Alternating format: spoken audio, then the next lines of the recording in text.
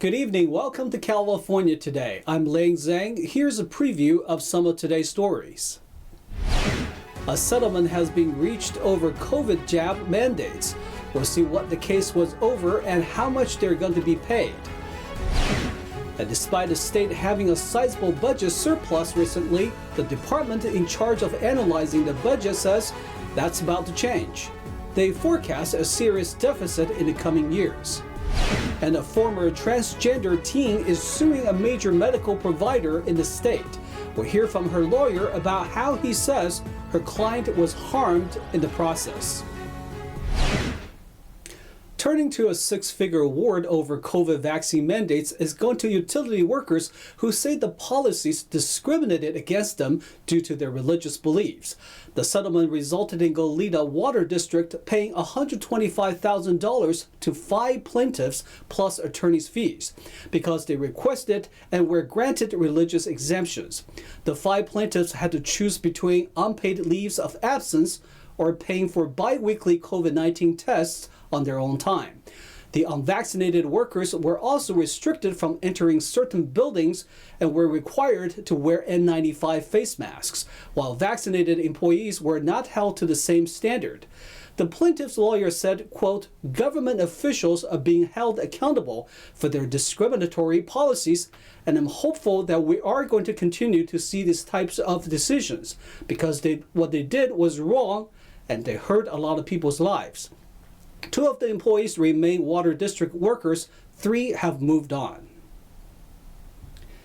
Despite having a record high $98 billion budget surplus this year, California is heading into 2023 and 2024 with a $25 billion projected budget deficit or worse.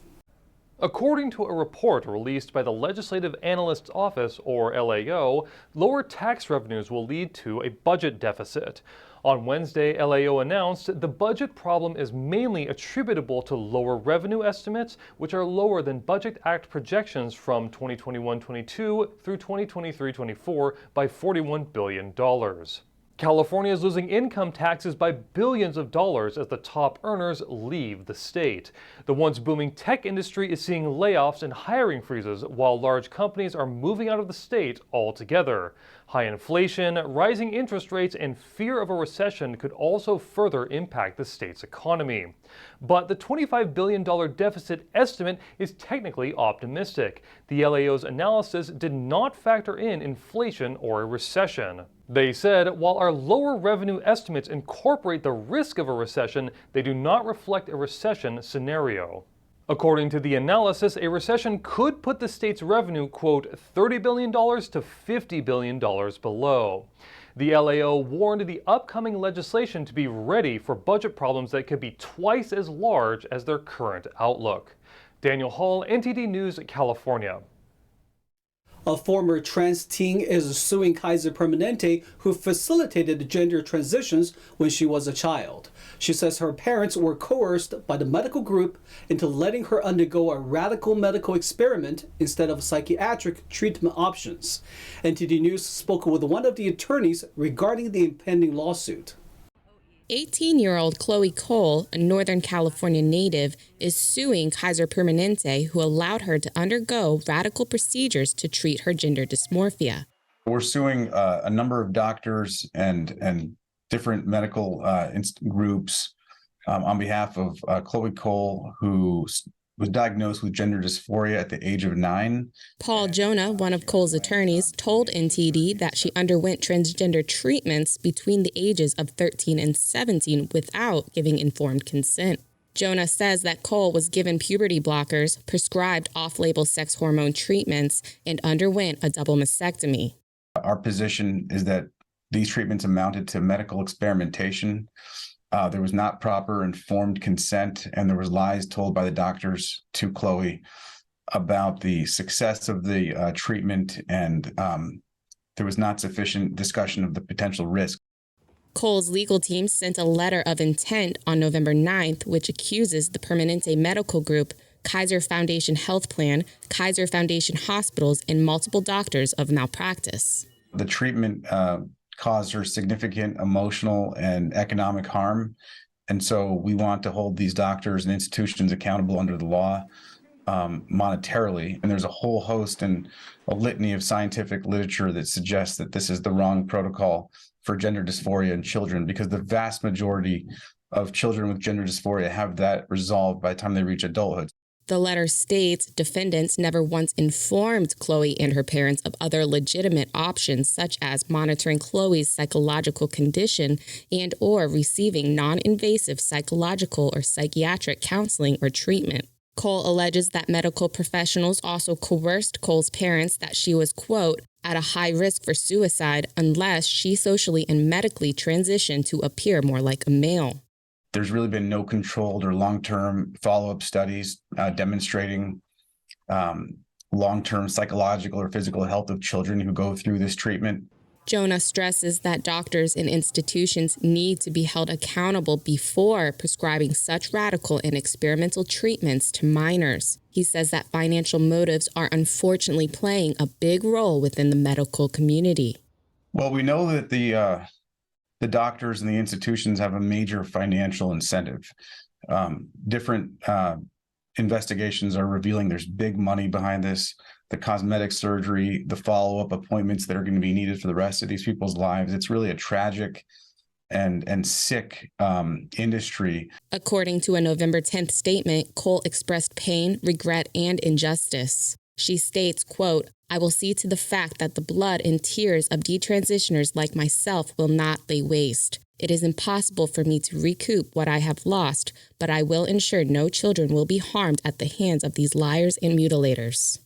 We also want to set precedent going forward that ensures that if doctors or institutions are going to go down this path with minors in the future, they need to follow the appropriate protocols. Kaiser Permanente has 90 days to settle the case or respond to the letter of intent to sue before a lawsuit will be filed. Officials from Kaiser Permanente have not responded to multiple media requests for comment. 2 California women have been sentenced for their involvement in a nationwide racketeering scam. The women were sentenced in a federal court last Thursday. 24-year-old Anaha Gifford and 35-year-old Tracy Clinton of San Diego were sentenced for their roles in a scam that took over $2 million from more than 70 senior citizens across the nation. According to the U.S. Attorney's Office, the defendants phoned seniors and falsely claimed that their grandchildren were in legal trouble. They then claimed that they needed money to resolve fabricated issues such as paying for bail, medical expenses, or to prevent additional criminal charges from being filed against them. The money was then laundered either by transferring the funds or converting the money into cryptocurrency. In a statement released last Thursday, U.S. Attorney Randy Grossman said today's sentencings hold the defendants accountable not only for the financial losses, but also the deep and long-lasting psychological damage their crimes can cause their victims. Gifford received a prison sentence of nearly 5 years, while Clinton received a time-served sentence. Other co-defendants have also received prison sentences ranging from 2 to 9 years. Daniel Hall, NTD News, California. We are going to take a short break, but here's a look at what we got for you when we come back. A former CEO of Disney is back at the helm. That's after he stepped away for 2 years. We'll see why he is going to be in charge again. And with Thanksgiving and other holidays are coming up, that could mean a lot of travel for a lot of people. To be safe, we've got 5 tips you have to hear about how to make sure your car is in the top shape before you and your family hit the road.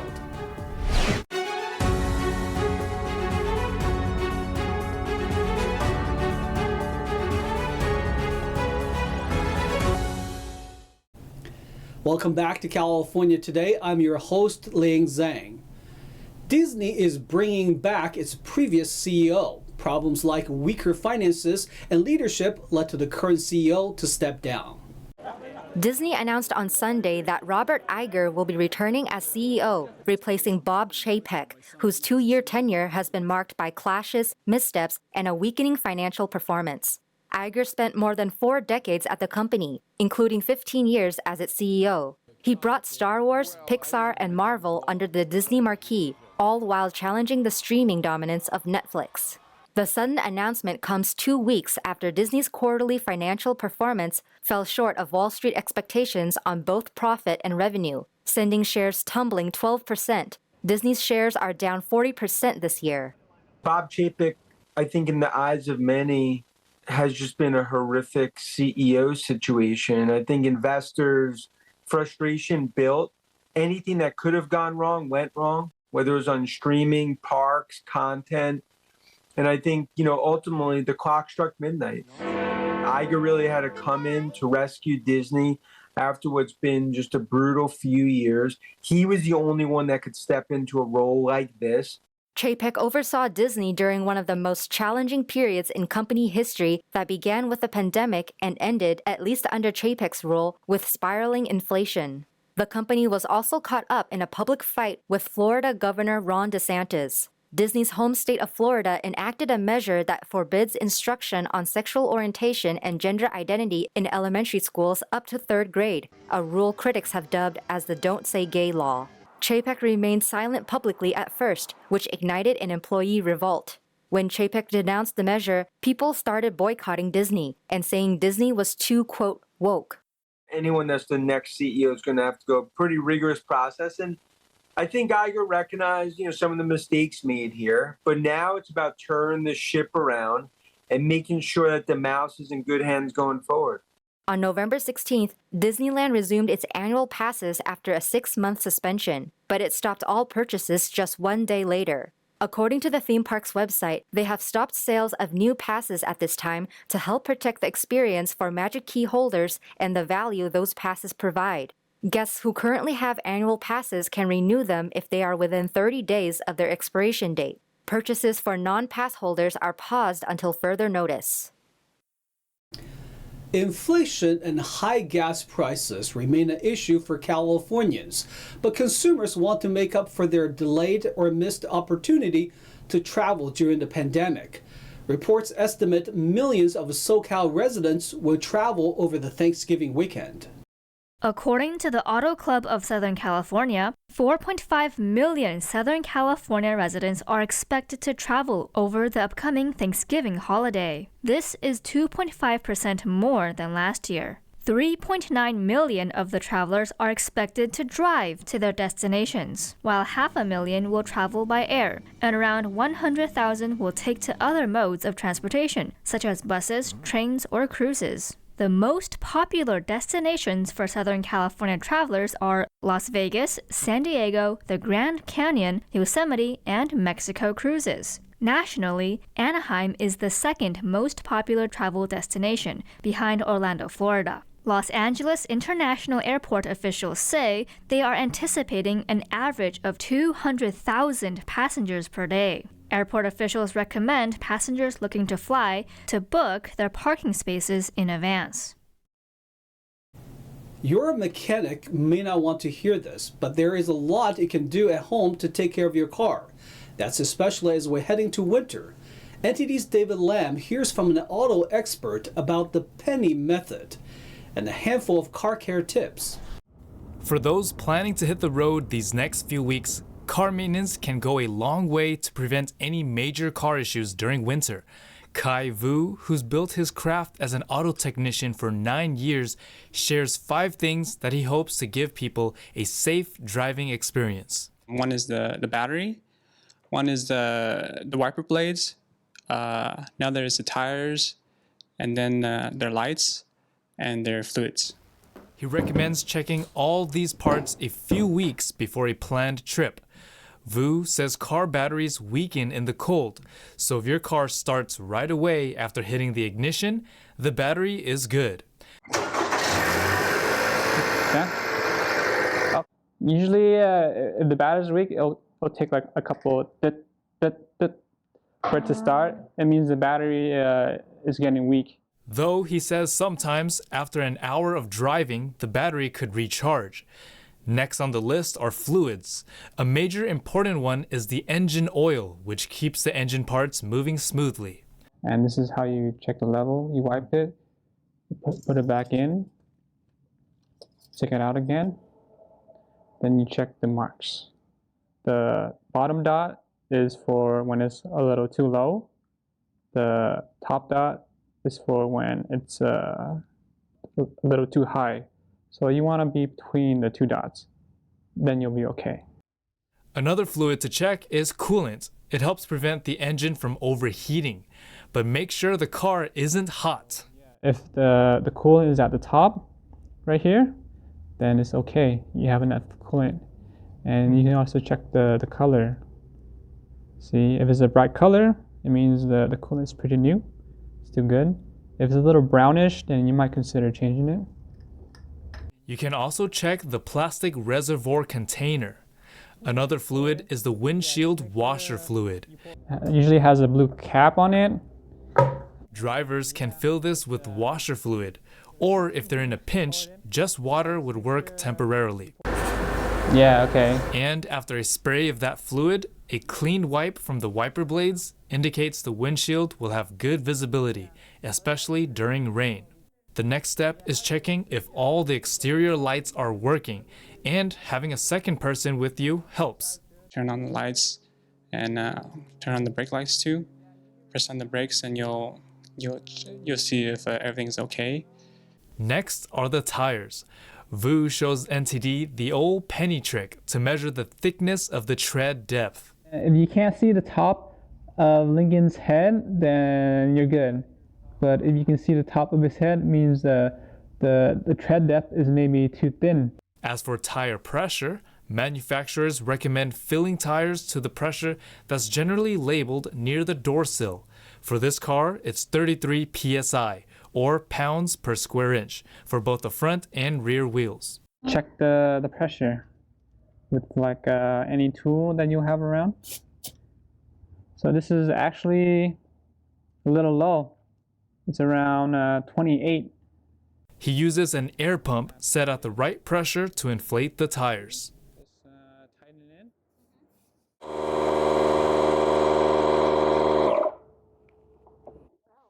in. Now, yeah, it's around 33. Now it's good. Vu first worked on cars as something to do with his time, but then found purpose in it. I found that I enjoy fixing cars, and especially when I fix a car for a customer and they're really happy about it. And that's when I get the most joy out of my job, is making the customer happy. He currently works with a non-profit in San Jose. Vu says most of these maintenance are simple to do at home, but recommends going to a professional if problems come up. He also said services like AAA can also help should there be any issues on the road. With the upcoming winter season, it brings rain and snow, so we hope these several tips keep you and your family safe for any long road trips coming up. With that said, happy holidays. David Lamb, NTD News, California. Now let's check in with NTD's Thomas Christian for today's Sports Roundup.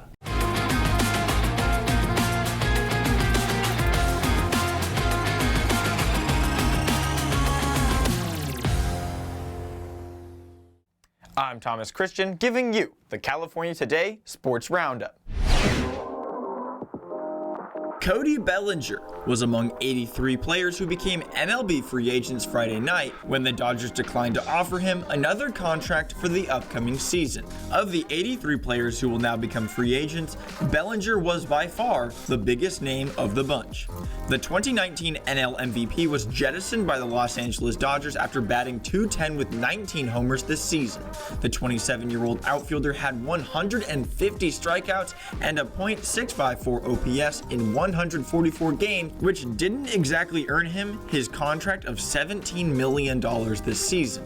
If the negotiations went to arbitration, Bellinger likely would have received a slight raise in his latest round. The 19 home runs he hit in 2022 were a far cry from the 47 mark he hit when he won the NL MVP in 2019.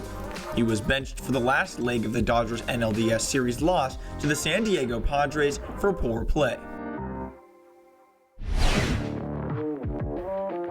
Andy Dalton threw 3 touchdown passes on the Rams as host New Orleans defeated Los Angeles, which also may have lost Matthew Stafford to a possible concussion.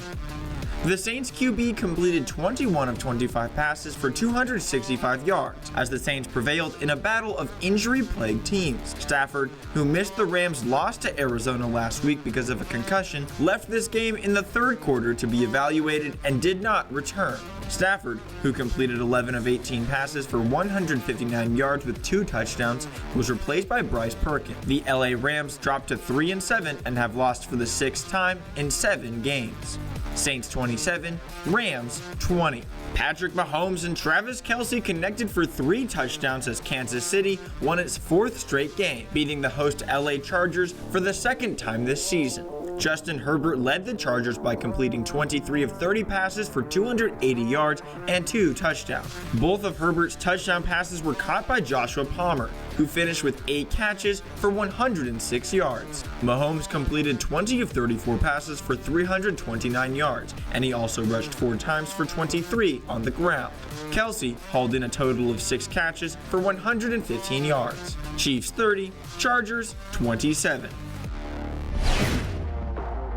From one football to another, the U.S. men's national team started their 2022 World Cup campaign with a 1-1 draw against Wales. U.S. striker Timothy Weah scored a clean goal in the 36th minute off an assist by Christian Pulisic via a through ball.